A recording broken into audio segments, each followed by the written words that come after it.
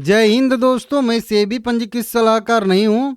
बात करेंगे ओला electric mobility limited के बारे में। 6% की गिरावट के साथ कैंडल क्लोज किया है पिछले ट्रेडिंग सेशन में। शॉर्ट टर्म के एसएम की स्टेज 1 में भी आया है और कई सारी पॉजिटिव खबरें भी आई हैं, लेकिन फिर भी शेयर में गिरावट आई है। तो यहीं देखेंगे कि क्या यह सच में जो है अब गिर जाएगा या फिर यहीं पे संभल के फिर नेक्स्ट स्टेप की भी तेजी दिखाएगा। इसी के उलट एक इसी की सेम पीयर ग्रुप की पीयर मतलब कह लीजिए सेक्टर की कंपनी एथर एनर्जी है, वो पिछले ट्रेडिंग सेशन में 5% ऊपर की साइड में बढ़ के क्लोज किया और इसने भी पिछले 3 दिन से अच्छी खासी बढ़त दिखाई है ओला के जैसे ही। तो ये बढ़ रही है, ये क्यों घट गया, ठीक है ना, तो उसको देखेंगे। तो देखिए, सबसे पहले तो एसएम के लिस्ट का असर था। 10 अप्रैल से शेयर जो है एसएम की लिस्ट में शामिल हुआ था, इसके वजह से इसमें जो है थोड़ी सी जो है गिरावट देखने के लिए मिल रही है, जो कि मैं आप लोगों को बताया भी था। ठीक है कि 10 तारीख को गया था तो 13 तारीख से इस लिस्ट में शामिल हुआ था एक्चुअल में, तो उसी 13 तारीख को गिरावट देखने के लिए मिली। पॉजिटिव खबर आई, एक नया लॉन्च भी कंपनी ने किया था, लेकिन उसका भी उतना कुछ खास असर देखने के लिए नहीं मिला और शेयर में गिरावट आई, क्योंकि कंपनी एक नए जो है 4680 अपना जो भारत सेल बनाई है उसका यूज करके एक और जो है S1X+ 5.2 किलोवाट वाली जो है इलेक्ट्रिक स्कूटर लॉन्च किया है।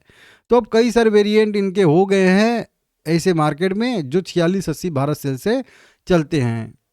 तो ये अच्छा है और इसको बाद में फिर से पीएलआई स्कीम का भी फायदा मिलेगा, अगर सर्टिफिकेट मिल जाता है तो वो भी बढ़िया रहेगा। उसी के साथ एक दिल्ली सरकार की तरफ से भी पॉजिटिव खबर आई थी।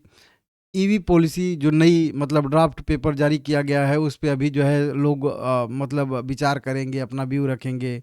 30 दिनों के लिए खुला है नागरिकों के लिए, जो भी आप जो है उसमें विचार व्यक्त करना चाहते हैं, सलाह देना चाहते हैं, जो भी मतलब जैसे आईपीओ होता है उस पर डिस्कस होता है ना, इस तरीके से यहाँ पे भी। तो दिल्ली की ईवी वाहन संबंधी मसौदा में पेट्रोल बाइक और सीएनजी ऑटो को लक्षित किया गया है, जो एक बड़ा नीतिगत बदलाव है। यह परामर्श प्रक्रिया 10 मई तक खुली रहेगी।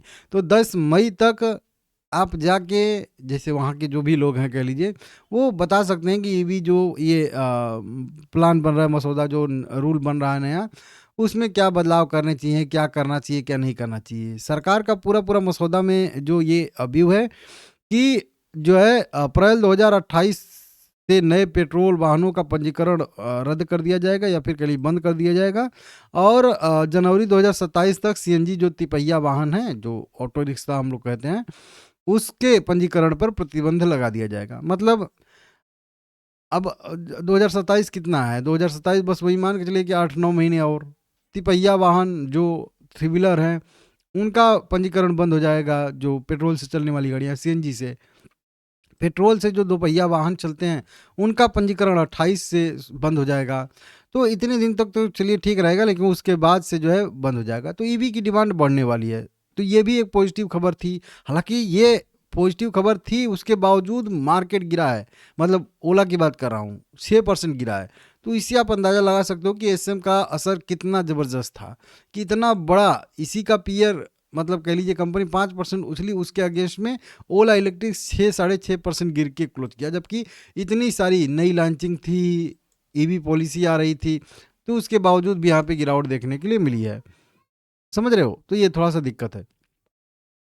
अब देखिए, बात करेंगे अगर ओला इलेक्ट्रिक, हाँ चार्ट पे अगर इसको अगर हम लोग देखें कब ये एसएम के लिस्ट से बाहर आ सकता है, तो देखिए मैं अनुमानित बता सकता हूँ आप लोगों को डेट यहाँ से कहाँ गया, तो 20 आप मान के चलिए 20 अप्रैल याद कर लीजिएगा। 20 अप्रैल के आसपास का डेट जो रहेगा इसके लिए रिव्यू का डेट रहेगा। रिव्यू का डेट ये जरूरी नहीं होता है कि रिव्यू के डेट पे ही बाहर आ जाएगा। रिव्यू का डेट है, उस दिन देखा जाएगा, समझा जाएगा एक्सचेंज के द्वारा, सेबी के द्वारा।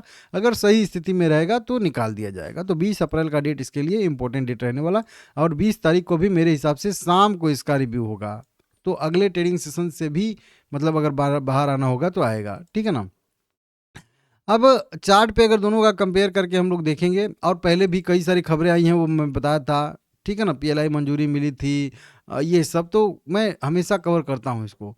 अब चार्ट पे कैसा स्थिति है, तो देखिए चार्ट में मैं बताया था कि यहाँ पे जो छोटे मोटे टाइम फ्रेम का व्यू है तो वो प्रॉफिट बुक कर लेंगे। बाकी इसको 30 रुपये से 34 रुपये वाला रेंज जो है उसको कभी भी किसी भी परिस्थिति में नहीं तोड़ना चाहिए। अगर तोड़ देगा तो फिर दिक्कत हो जाएगा। एसएम लिस्ट पे जैसे रिएक्ट किया 6% की गिरावट के साथ, ये लाजिमी सी बात है, इतना होना भी था और ये बहुत कम गिरावट हुआ है। और इसका वही असर है कि दिल्ली सरकार की जो पॉलिसी आई थी और नया लॉन्च जो कंपनी ने किया था। नहीं तो मैं बता दूं आपको, मेरा जो अनुभव है, ये कम से कम जो है 34-35 तक आता कल। तो इन पॉजिटिव कुछ खबरों की वजह से थोड़ा सा संभल गया था 6% की गिरावट के बाद। नॉर्मल अगर स्थिति में होता तो 6% नहीं गिरता। बहुत पैनिक अभी तेजी आई थी, तो इसमें प्रॉफिट बुकिंग भी है और जो है एसएम लिस्ट का भी वेटेज है और कई सारी दिक्कतें हैं।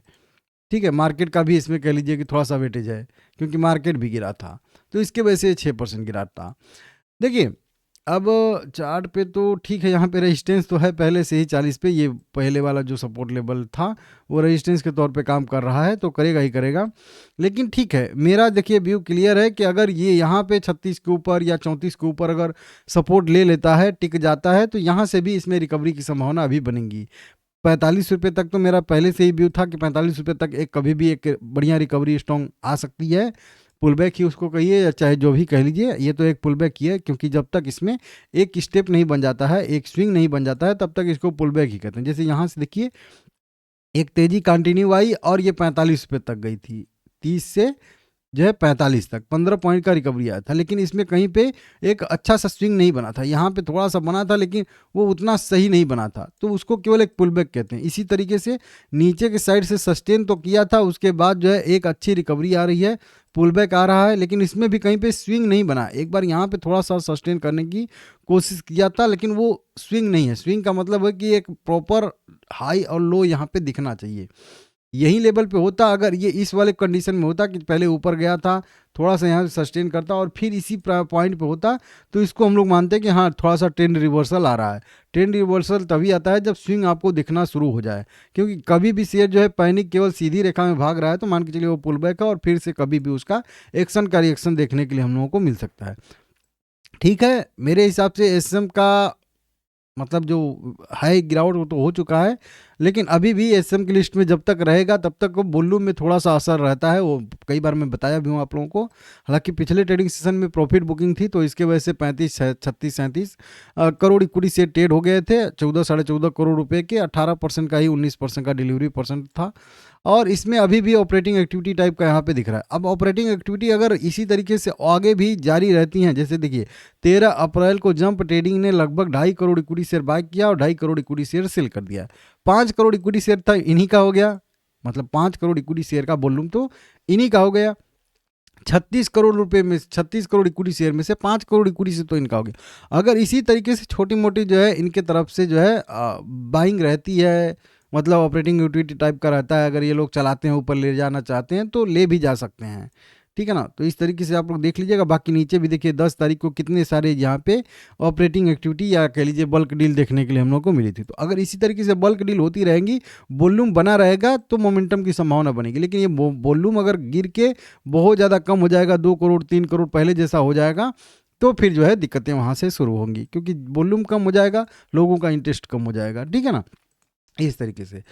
एथर की बात करेंगे तो एथर में तेजी है, लेकिन यहाँ पे देखेंगे इसका भी प्राइस जो है बहुत अच्छा मोमेंटम किया था यहाँ पे, और बताया भी था आप लोगों को ये वाले पॉइंट पे कि साइडवेज ट्रेड कर रहा है। आप लोग चाहे तो लो के नीचे का एक स्टॉप लॉस रख के इसमें अच्छे खासे जो है टारगेट के लिए लॉन्ग टर्म के लिए भी जा सकते हैं और शॉर्ट टर्म के लिए भी जा सकते हैं। और इसमें भी एक अच्छा खासा, अब इसमें भी अगर यहाँ पे एंट्री करेंगे तो यहाँ पे इसमें भी एंट्री दिक्कत हो जाएगा। इसमें भी थोड़ा सा एक स्विंग बने, तभी छोटा सा इसमें स्विंग का इंतजार करिए बस। इस टाइप का छोटा सा भी स्विंग बन जाए इस टाइप का, तो इसमें एक एंट्री का पॉइंट बनता है। और ये मैं आप लोगों को यहाँ पे हिस्ट्री रिपीट करके बताया भी था कि हर बार अब यहाँ पे ऐसे कर गया, बस ये हो गया एंट्री का पॉइंट इस तरह। तो ये भी शेयर मुझे अच्छा लगता है। ओला इलेक्ट्रिक तो मेरा पसंदीदा है ही, लेकिन अभी थोड़ा सा दिक्कत में आ गया है, देखते हैं क्या होता है। ठीक है ना, बाकी ठीक है, लॉन्ग टर्म के लिए ओला इलेक्ट्रिक कर सकते हैं होल्ड, क्योंकि अभी थोड़ा सा स्ट्रक्चर बदल रहा है। बस वहीं एक स्विंग बन जाता तो फिर थोड़ा सा कॉन्फिडेंस जो है वो ज़्यादा रहता। आरएसआई में भी देखेंगे तो आरएसआई कंटिन्यू ब्रेक किया था, 80 तक गया था, अब नीचे आ रहा है आरएसआई। आरएसआई को बहुत ज़्यादा नीचे नहीं आना चाहिए। आरएसआई को बहुत नीचे, कम से कम 60 के आसपास आरएसआई जो है उसको सपोर्ट ले लेना चाहिए, ये वाला एक पॉइंट। अगर RSI की बात करेंगे तो 70 पे तो RSI सपोर्ट लेगा, ये थोड़ा सा मुश्किल लग रहा है। लेकिन 60 के ऊपर RSI है तो ये आप मान के चलिएगा कि इसका मोमेंटम कंटिन्यू है। 60 के नीचे RSI जाता है तो फिर इसका मोमेंटम टूटेगा और फिर हो सकता है कि इसमें थोड़ी बहुत मतलब बड़ी वाली गिरावट आए। तो देख लीजिएगा, फिलहाल में होल्ड करेंगे, ठीक है ना।